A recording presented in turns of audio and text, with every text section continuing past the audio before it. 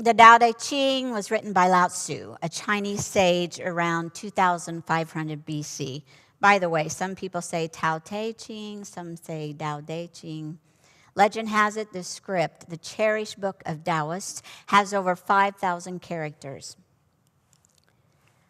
As the ancient story goes, Lao Tzu, who was on his way out of town, which is really a metaphor for out of his mortal life, he was on a chariot heading out of the east. When he got to the west, the gatekeeper asked the learned wise one to write for him a book of knowledge. Supposedly, Lao Tzu, who was very humble, stepped down and wrote the book in one sitting. The title of the said book, as I mentioned, is Tao Te Ching, transcribed in English, Tao, considered to be the supreme way. Day, its expression, and Ching refers to a book or classic work. It's a book that speaks of the whole universe and how it operates. Jonathan Starr, who created one translation of the Tao, pointed out, quote, "It was never meant to fully explain the mysteries of the universe, only to allude to them." The Tao Te Ching is filled with curious tidbits of mind candy. They're seed-like verses that are mystical in nature, and yet they provide very down-to-earth suggestions for living. For example, chapter 25 from the Tao Te Ching emphasizes that the Tao, the way of life, is not something to be grasped or controlled, but rather a force that should be respected. The chapter highlights living in harmony with the natural order of the universe. The Tao is not something to be actively pursued, but rather something that can be discovered through stillness and contemplation. There is a subtle sense of humor. It's also part of the beauty and the power of this text. Verse 17 states, with adaptive pronouns here, quote, "The great ruler speaks little, and the great ruler's words are priceless. The great ruler works without self-interest and leaves no trace. And when all is finished, the people say, 'The rain happened all by itself.'" Human existence is a complex assortment of episodes, including but not limited to sweetness and bitterness, sadness, joy, silence, noise, acquiescence, stubbornness, confidence, awkwardness, and not the least of all, humor. Taoists promote the idea that life is always sweet and that it's bitter only when we humans interfere with or become unappreciative of all of life's circumstances. When life is difficult, one needs to stop making it harder, suggests Taoism. Seek the calm, reflective moment and love unconditionally. No truer example of unconditional love and acceptance is located in none other than the stories of Winnie the Pooh and company. In fact, I fell in love with that book that explored the wisdom. I fell in love with a book that explored the wisdom of Pooh's stories. It's called The Tao of Pooh, Winnie, that is. It was written by Benjamin Hoff. Hoff's book was written, listen to this, in 1982. I did not appreciate it when it was published first. The Tao of Pooh is not an unfamiliar title to some of our baby boomers in here who probably read it shortly after they read Jonathan Livingston Seagull. Remember that book? Many younger people have missed this altogether, I would guess. Regardless of which camp you reside, the I have never read it, with the I read it once, the Tao of Pooh is worth a first and certainly a second glance. Like so many seemingly simple truths revealed in numerous books created throughout the centuries, including this one, magic and mystery breathe between the pages. Hoff points out that the strength of the classic Winnie the Pooh, that was published, by the way, in 1926 and referenced in Hoff's book, exists in the bear's humble nature. Winnie the Pooh flows with whatever happens and seems to ease his way out of circumstances without really trying. For example, take the following story. This is called The Birthday Gift to Eeyore. Pooh discovered after Eeyore told him that it was Eeyore's birthday. So Pooh decided to give him something. He went home to get a jar of honey to use as a birthday present and talked things over with Piglet, who decided to give Eeyore a balloon that he'd saved from a party of his own. While Piglet went to get the balloon, Pooh walked off to Eeyore's house carrying a jar of honey. After a while, he began to get hungry. So he sat down and took the top of the jar off. "Lucky I brought this with me," he said. "Many a bear going out on a warm day like this would never have thought of bringing a little something with him." And he began to eat. "Now, let me see," he thought, as he took the last lick from the jar. "Where was I going? Ah, yes, Eeyore's house." Then he got up slowly and suddenly remembered he had eaten Eeyore's birthday present. Well, most of it anyway. Fortunately, he still had the jar. And since he was passing by the 100-acre wood, he went in to see Owl and had him write a happy birthday on it. After all, it was a nice jar, even with nothing in it. While all this was happening, Piglet had gone to his own house to get Eeyore's balloon. He held it very tightly against himself so that it shouldn't blow away, and he ran as fast as he could so he could get to Eeyore's house before Pooh, for he thought that he would like to be the first one to give Eeyore the present, just as if he had thought of it without being told by anybody. And running along and thinking how pleased Eeyore would be, he didn't look where he was going, and suddenly he put his foot in a rabbit hole and fell down flat on his face. Bang. Yes, well, Piglet fell on Eeyore's balloon. It wasn't so well, it was more, that is, it was balloon, said Eeyore. "You did say balloon, one of those big colored things you blow up. Gaiety, song and dance. Here we are and there we are," said Eeyore, holding this little damp rubber thing. "Yes, but I'm afraid I'm very sorry," Piglet said. "But when I was running along to bring it to you, I fell down." "Dear, dear, how unlucky. You ran too fast, I expect. You didn't hurt yourself, little Piglet," said Eeyore. "No, but oh, Eeyore, I burst the balloon." There was a very long silence. "My balloon?" Eeyore said. Piglet nodded. "My birthday balloon?" "Yes, Eeyore," said Piglet, sniffling a little. "Here it is, with many happy returns of the day." And he gave Eeyore the small piece of damp rag. "Is this it?" said Eeyore, a little surprised. Piglet nodded. "My present?" Piglet nodded again. "The balloon?" And just then Pooh arrived. "I have brought you a present," said Pooh excitedly. "I've had it," said Eeyore. Pooh had now splashed across the stream to Eeyore, and Piglet was sitting a little way off, his head in his paws, sniffling to himself. "It is a very useful pot," said Pooh, "and here it is. It's got 'Very happy birthday with love from Pooh' on the outside of it. That is what all this writing is, and it's for putting things in. There." Then Eeyore discovered that since the balloon was no longer as big as Piglet, it could easily be put in the useful pot and taken out whenever it was needed, which certainly can't be done with the typical unmanageable balloon. "I'm very glad," said Pooh happily, "that I thought of giving you a useful pot to put things in." "I'm very glad," said Piglet happily, "that I thought of giving you something useful to put in a useful pot." But Eeyore wasn't listening. He was taking the balloon in and out and putting it back in and pulling it out. He was happy, and all things worked out.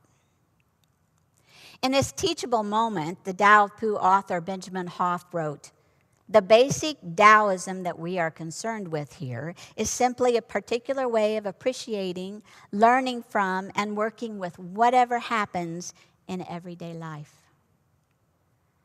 Winnie the Pooh is so good at this. There's a wee bit of guilt, But Pooh moves on from there. Hoff explains that it is about being sensitive to circumstances and then trusting your intuition. So Hoff goes on to say, one of the reasons for Pooh's popularity is that he is the uncarved block. Pooh, the uncarved block, as termed in Taoism, is able to accomplish what he does because he's simple-minded. As any old Taoist walking out of the woods can tell you, simple-minded does not mean stupid. It's rather significant that the Taoist ideal is that of the still, calm, reflecting mirror mind of the uncarved block. Hoff continues, in Taoism, the essence of the principle of the uncarved block is that things in their original simplicity contain their own natural power, a power that is easily spoiled and lost when that simplicity is changed. From the state of the uncarved block comes the ability to enjoy the simple and the quiet, the natural and the plain. Kind of an acceptance of things and situations as they are. Along with that comes the ability to do things spontaneously and have them work out, odd as that may seem at times.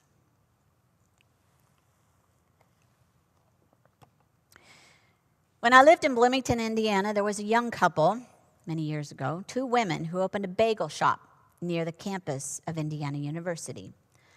The whole queer community, they were a couple, a loving couple, the whole queer community and allies celebrated the shop. It was a community hub.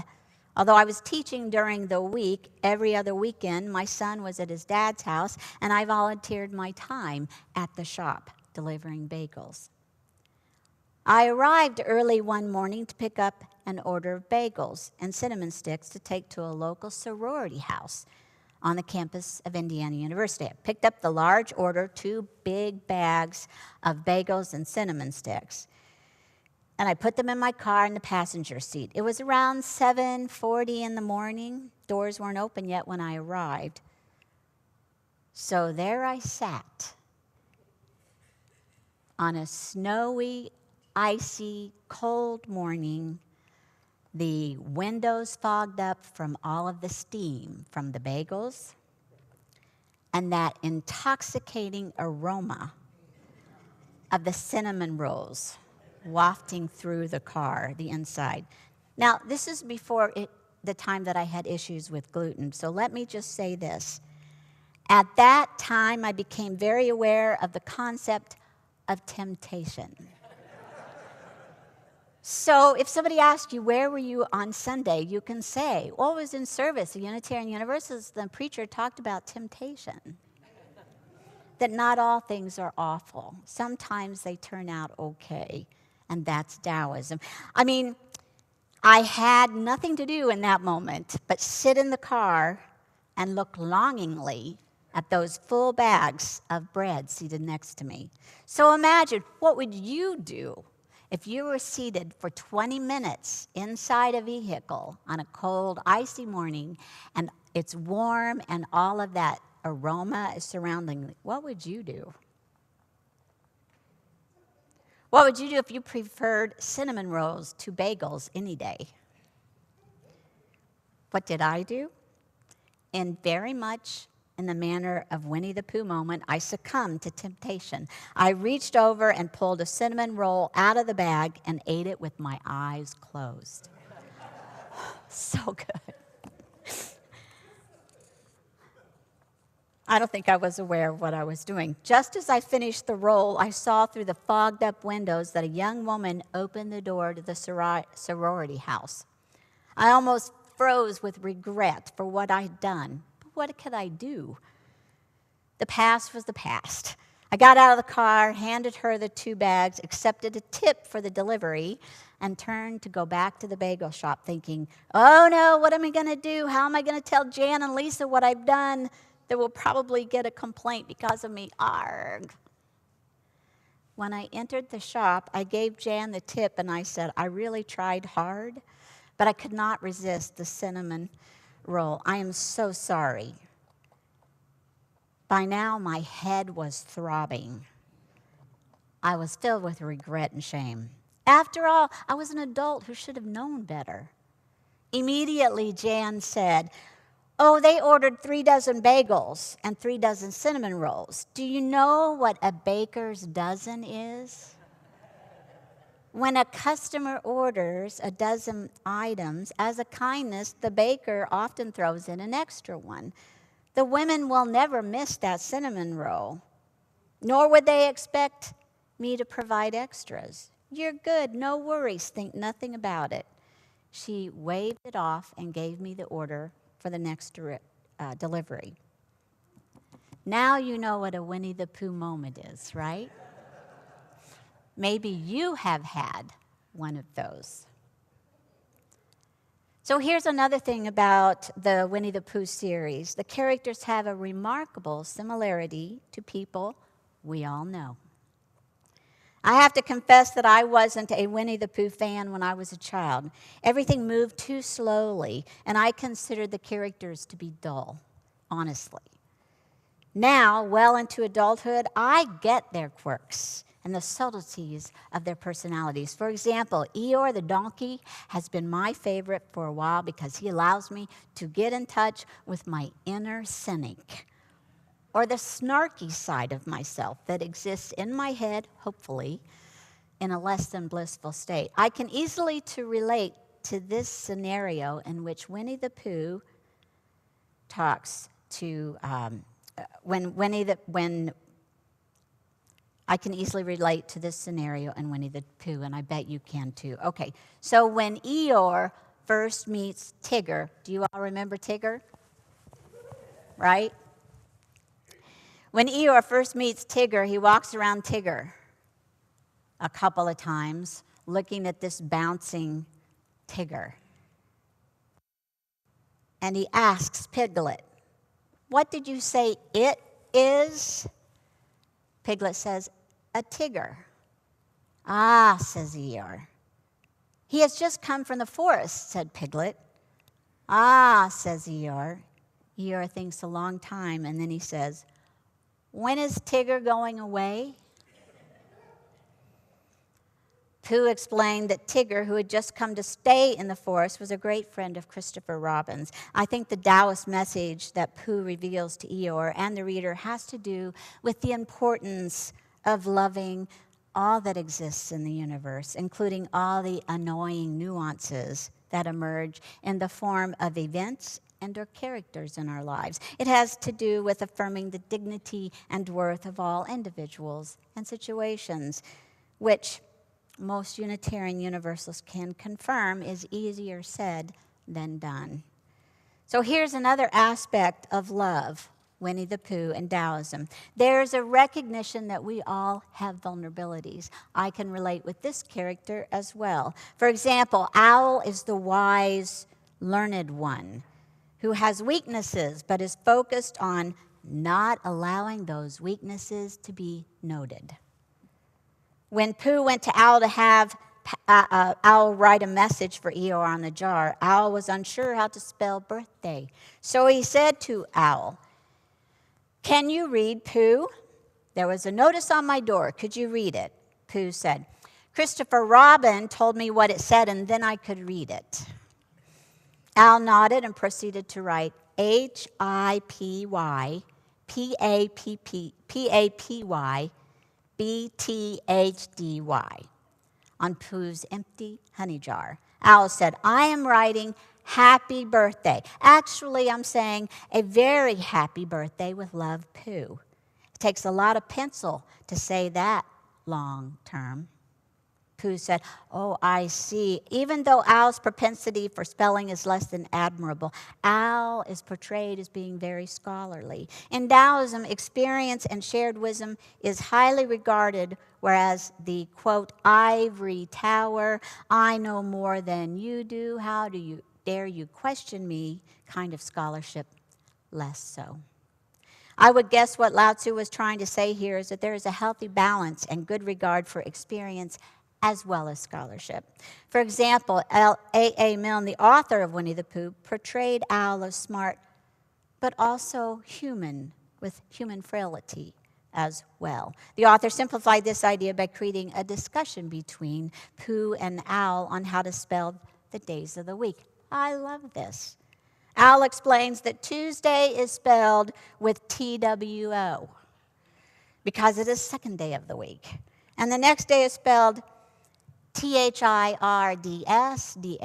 Thursday, or because it's the third day of the week.